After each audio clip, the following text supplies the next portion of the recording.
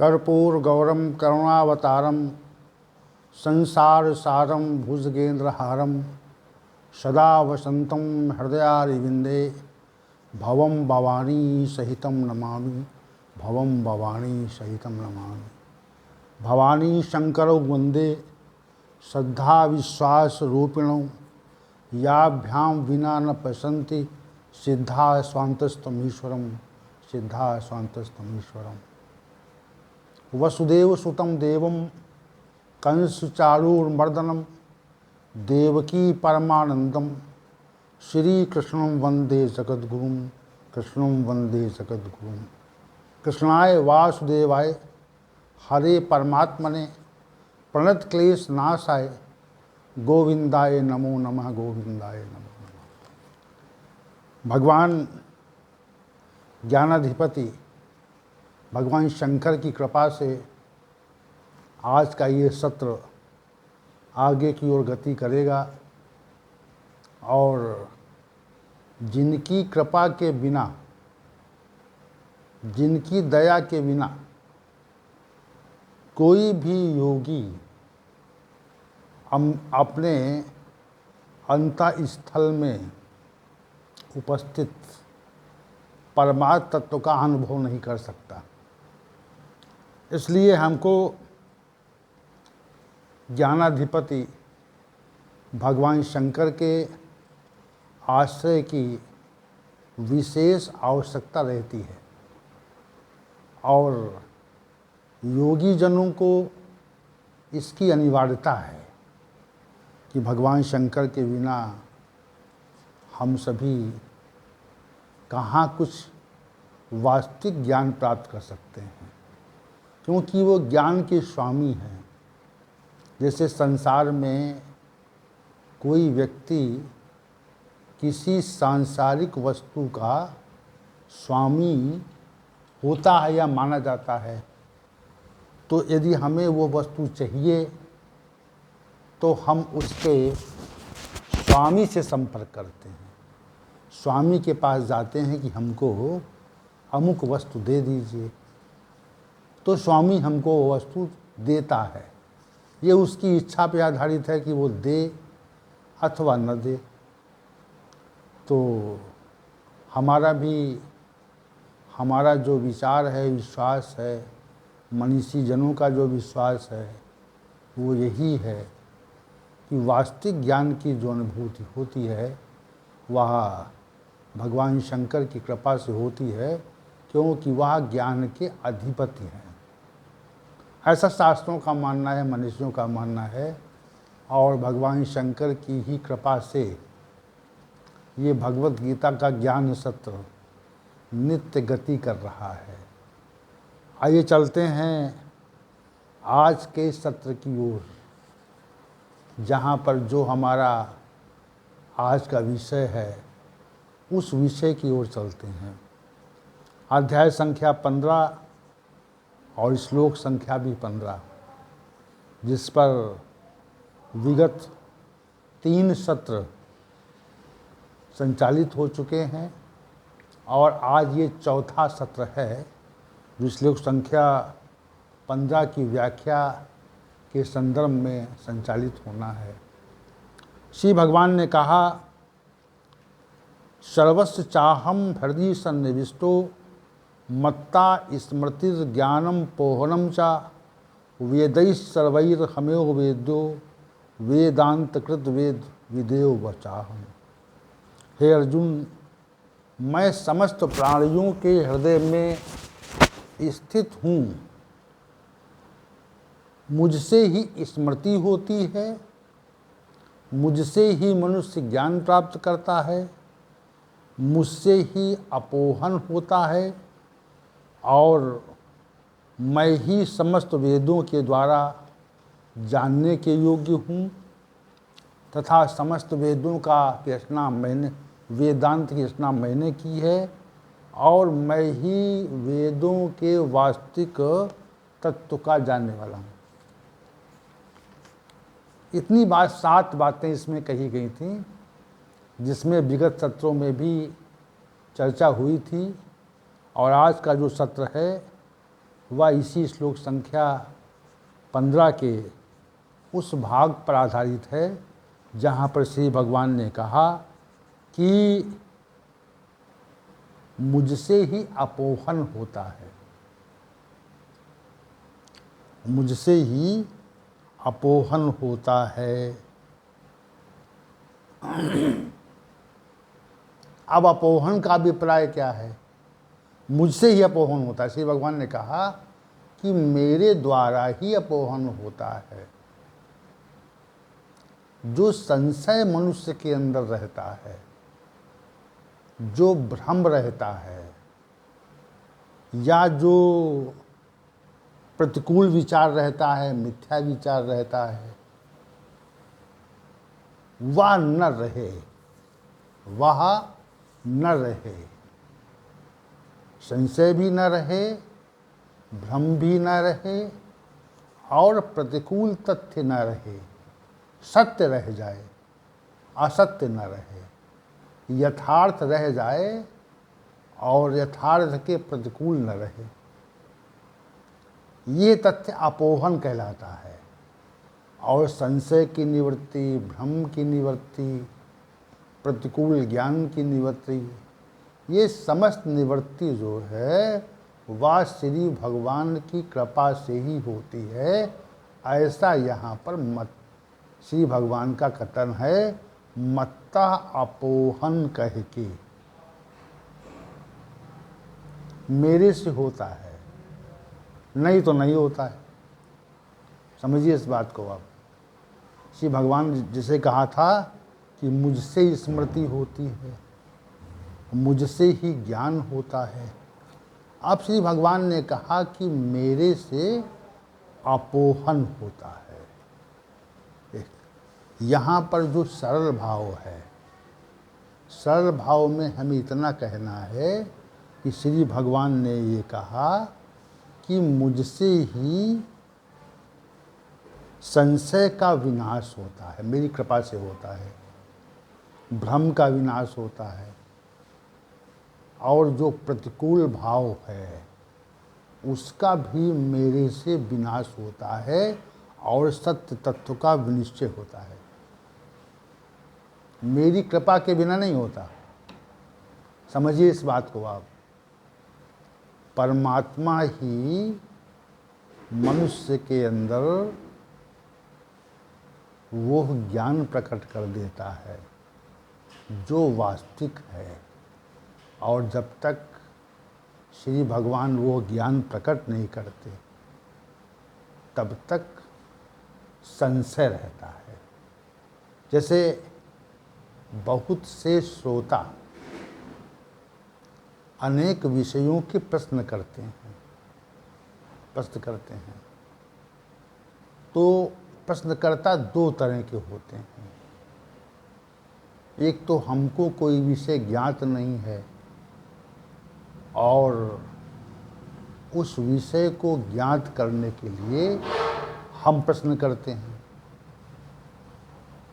दूसरे तरह के वो लोग हैं जो हमारी बुद्धिमत्ता को नापने के लिए, हमारी बौद्धिक क्षमता को परखने के लिए प्रश्न करते हैं। तो दो तरह के प्रश्नकर्ता लोग हैं यहाँ पे। तो जो जिनको ज्ञान नहीं है, किसी विषय का ज्ञान नहीं है, और वो व्यक्ति समझता है कि अमुक व्यक्ति के पास जाकर के हमारे प्रश्न का निराकरण हो सकता है, हमारा संशय दूर हो सकता है, हमारे प्रश्न का निवारण हो सकता है,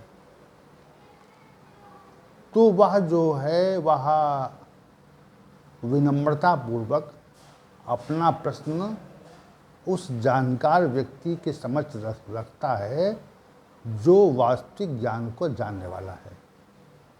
एक बात तो ये हो गई।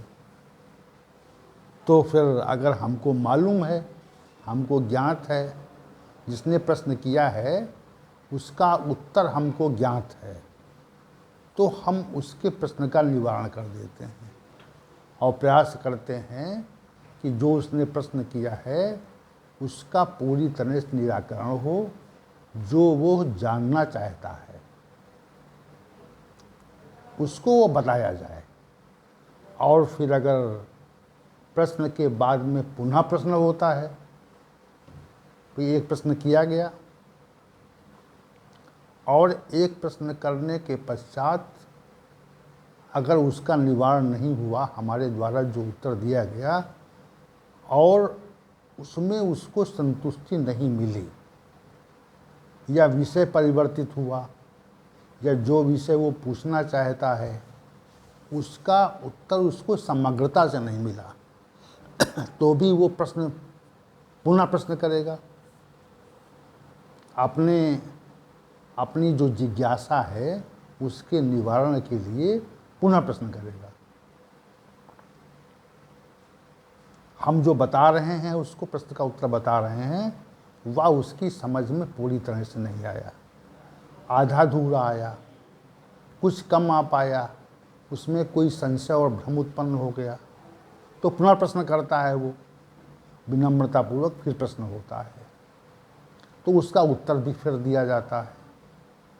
तो प्रश्न करने का मतलब है कि उसके अंदर संशय है, भ्रम उसके अंदर है, उसकी जानकारी में पूरी बात नहीं है।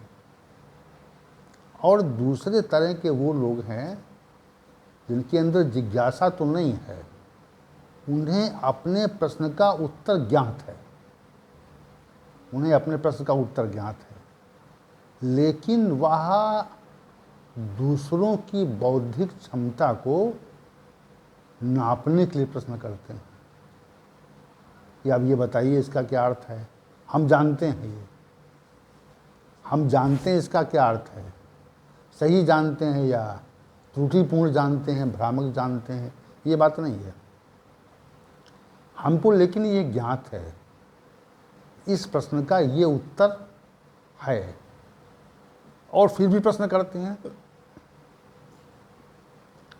तो ऐसे लोग दूसरे व्यक्तियों की बौद्धिक क्षमता और ज्ञान को परखने के लिए प्रश्न करते हैं, वे जिज्ञासु नहीं होते, और ऐसे प्रश्नकर्ता का कभी कल्याण भी नहीं होता। ऐसे प्रश्नकर्ता जो होते हैं, और अधिकतर संख्या में ऐसे ही प्रश्न करता है, जो प्रश्नकर्ताओं की संख्या है वह ऐसे प्रश्नकर्ताओं की संख्या अधिक है जो दूसरों की बौद्धिक क्षमता को नापने के लिए प्रश्न करते हैं। वे जानना चाहते हैं कि हमें जो ज्ञात है वह उस व्यक्ति को ज्ञात है कि नहीं है जिससे हम प्रश्न कर रहे हैं, तो वो इस भाव को लेकर के प्रश्न करते हैं। तो ऐसे लोगों का कोई अंदर कोई जिज्ञासा नहीं होती, ना उनका कोई प्रश्न होता है, वे वास्तविक रूप से अपने को विद्वान मानते हैं। विद्वान होते नहीं हैं वो, लेकिन उन्होंने माना हुआ है कि हम विद्वान हैं, और विद्वान मान करके ही वह प्रश्न करते हैं। तो प्रश्न करते हैं जब, तो उसका उत्तर यदि ज्ञात होता है तो वो बता दिया जाता है। दूसरी बात ये है कि किसी विषय पर प्रश्न होता है जब, तो वहाँ उस विषय का प्रसंग है कि नहीं है, क्योंकि विषय तो असंख्य है। तो अधिकतर जो प्रश्न होते हैं वह इसी भाव से होते हैं कि हम दूसरों की बौद्धिक क्षमता को नापने के लिए प्रश्न करते हैं, और ऐसे व्यक्तियों की संशय का कोई निवारण नहीं होता। ऐसे व्यक्ति जो है जीवन पर्यंत संशय में रहते हैं। ऐसे व्यक्ति जो होते हैं वह जीवन पर्यंत संशयग्रस्त रहते हैं, संशय में रहना ही उनका, वो कभी संशय से विमुक्त नहीं होते, क्योंकि वह स्वतः अपने को ज्ञानी और विद्वान मानते हैं। तो वो जीवन भर दूसरों से दूसरों की बौद्धिक क्षमता और ज्ञान के परिमापन के लिए प्रश्न करते रहते हैं, और उनका कभी भला नहीं होता, क्योंकि वहाँ पर जिज्ञासा नहीं है। जहाँ पर जिज्ञासा होती है आत्मकल्याण की, तो प्रश्न आत्मकल्याण की जिज्ञासा से होता है। और जहाँ पर स्वयं को विद्वान मानकर प्रश्न होता है, वहाँ पर जिज्ञासा नहीं होती, वहाँ पर स्वयं की विद्वता का प्रदर्शन होता है। तो ऐसे व्यक्ति कभी भी संशय भ्रम से पृथक नहीं हो पाते। श्री भगवान ने यह कहा कि मेरे से अपोहन होता है। जो संशय है वह मेरे से होता है। संशय का जो निवारण है, संशय और भ्रम का प्रतिकूल ज्ञान का जो निवारण होता है, वो मेरे से होता है। ये श्री भगवान ने यहाँ पर कहा। तो अब जो है संशय क्या है, भ्रम क्या है और प्रतिकूल ज्ञान क्या है, इस बात को पहले हम प्रथमता उस बात को हम स्पष्ट करना चाहेंगे। संशय उसे कहते हैं जैसे किसी विषय में हमें उचित सत्य ज्ञान नहीं होता है। जैसे कि ये तथ्य सही है या ये तथ्य सही है। जैसे कोई व्यक्ति रोगी हो जाए और वो ये विनिश्चित न कर सके कि हमारे अंदर बुखार है, ज्वर है या हम अन्य किसी से पीड़ित हैं, तो उसके अंदर रोग के प्रति संशय होता है कि ये विनिश्चय न होना कि हमें जो ज्ञात है वह सही है अथवा त्रुटिपूर्ण है। हमें जो ज्ञान है वह हमारा जो ज्ञान है वह त्रुटिपूर्ण है या उचित है। जब ये तथ्य हम देखते हैं कि हमें ये बात ज्ञात हो जाए कि हमारा जो ज्ञान है वो त्रुटिपूर्ण है या नहीं या सही है, तो इसी भाव को संशय कहते हैं। भ्रम वो है कि जैसे कोई वस्तु है, वह वस्तु या तथ्य कोई है, वह वो तथ्य है कि नहीं है, तो आदमी भ्रमित कहते, भ्रमित हो गया आदमी। और प्रतिकूल ज्ञान वो होता है, सत्य तो पृथक है और उसके प्रतिकूल जो असत्य है उसको मान लेना, उसको विचार में रखना और उसको पकड़े रहना, ये प्रतिकूल ज्ञान होता है। जैसे जो नहीं है उसको मानना कि वो है, असत्य को का अवलंबन करना, उसका अनुकरण करना और उसको दृढ़तापूर्वक पकड़े रहना, ये प्रतिकूल ज्ञान है। ये भी एक प्रकार का संशय है। तो संशय, भ्रम, प्रतिकूल ज्ञान का जो निवारण है, श्री भगवान ने कहा इसी संशय, भ्रम, प्रतिकूल ज्ञान के निवारण को अपोहन कहते हैं। और श्री भगवान ने कहा कि यह मेरे से होता है। अब जो अपने को विद्वान समझ रहे हैं किसी विषय का, चाहे वो आध्यात्मिक विषय का और चाहे वो सांसारिक विषय का, तो अगर अपने को विद्वान मान रहे हैं, से हम विद्वान मान लें, तो हमारा अपने को विद्वान मानना एकदम नितांत मूर्खतापूर्ण तथ्य है। क्योंकि हम वास्तविक ज्ञान को सम्यक प्रकार से नहीं जानते। वास्तविक ज्ञान को सम्यक प्रकार से हम नहीं जानते, इसलिए हम ये माने कि हम विद्वान हैं या हम किसी विषय के ज्ञाता हैं, तो हम नहीं हो सकते, क्योंकि प्रत्येक मनुष्य के अंदर संशय रहता है। संशय क्यों रहता है, ये भी विषय यहाँ पे व्याख्यापित करना ज़रूरी है, बताना ज़रूरी है। प्रत्येक मनुष्य में 3 गुण होते हैं, रहते हैं। ये तथ्य तो क्योंकि गुणत्रय विभाग योग की व्याख्या हो चुकी है, उसमें विस्तार से इन विषयों की चर्चा हुई थी। तो 3 गुण रहते हैं, सत्वगुण रहता है, रजोगुण रहता है और तमोगुण रहता है। 3 गुण रहते हैं। और ये भी सबको ज्ञात है जो यहाँ उपस्थित हैं कि एक गुण जो है क्रियाशील होता है और 2 गुण अक्रिय अवस्था में आ जाते हैं। सत्व गुण अगर क्रियाशील होगा तो रज और तम जो है अक्रिय अवस्था में हो, क्रियाशील नहीं होंगे।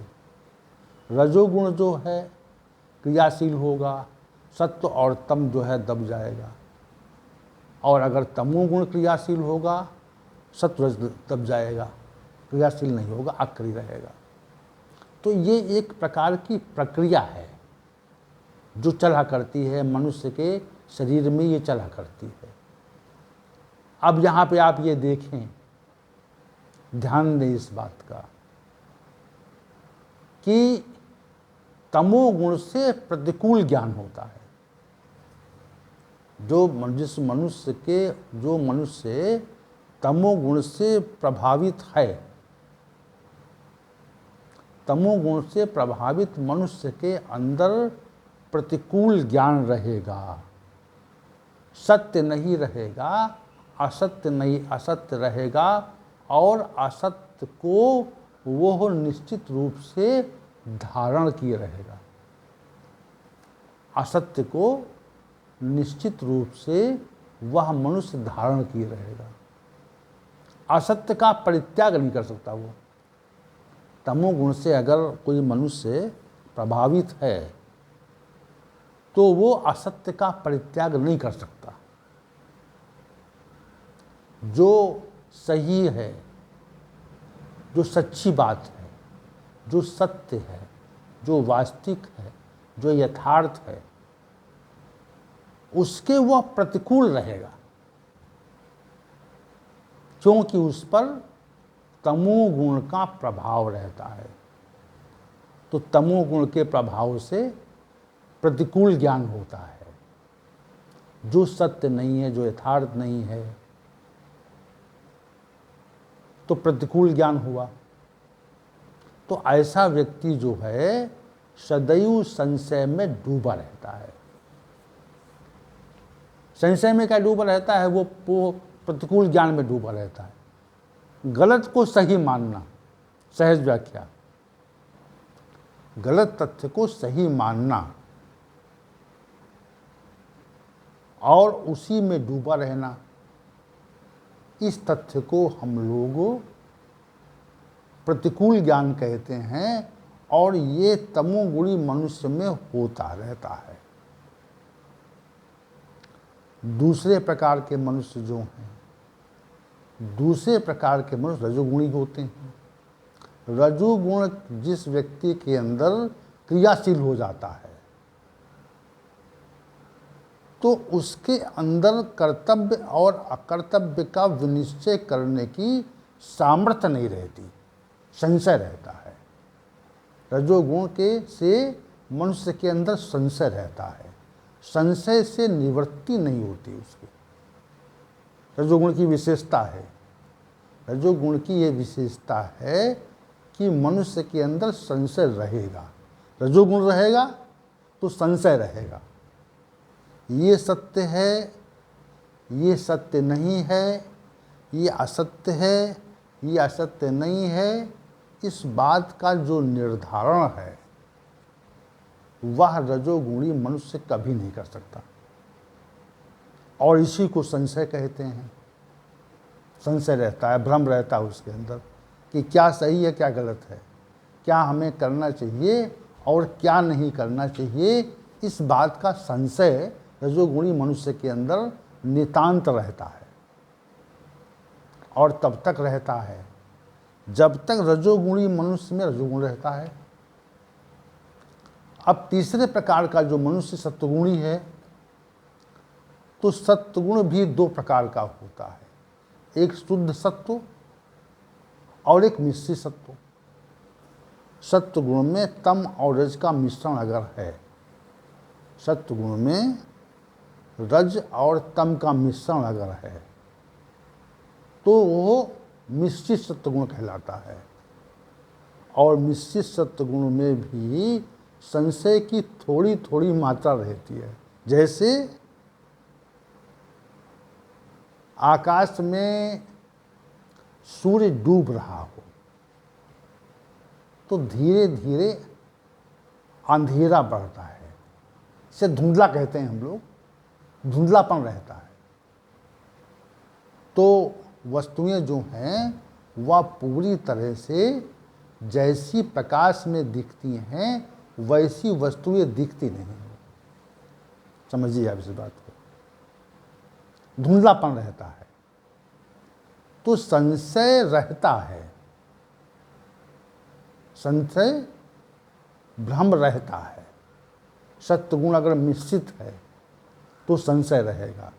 आध्यात्मिक विषयों के बारे में, सांसारिक विषयों के बारे में संशय रहेगा जब तक रहेगा, जब तक कि मनुष्य के अंदर सत्वगुण मिश्रित रहता है। और जैसे वो पूर्ण शुद्ध हो जाता है, शुद्ध सत्व हो जाता है, तो उसके अंदर संशय का जो निवारण है वह स्वतः होता है। संशय से निवृत्ति हो जाती है उसके अंदर। अब चूंकि संशय की तो संख्या असंख्य है, असंख्य विषय हैं, असंख्य मनुष्य हैं, असंख्य प्रकार के संशय हैं, तो संशय से जो निवृत्ति है वह शुद्ध सत्वगुण के कारण होती है। और श्री भगवान ने कहा मेरे से होती है।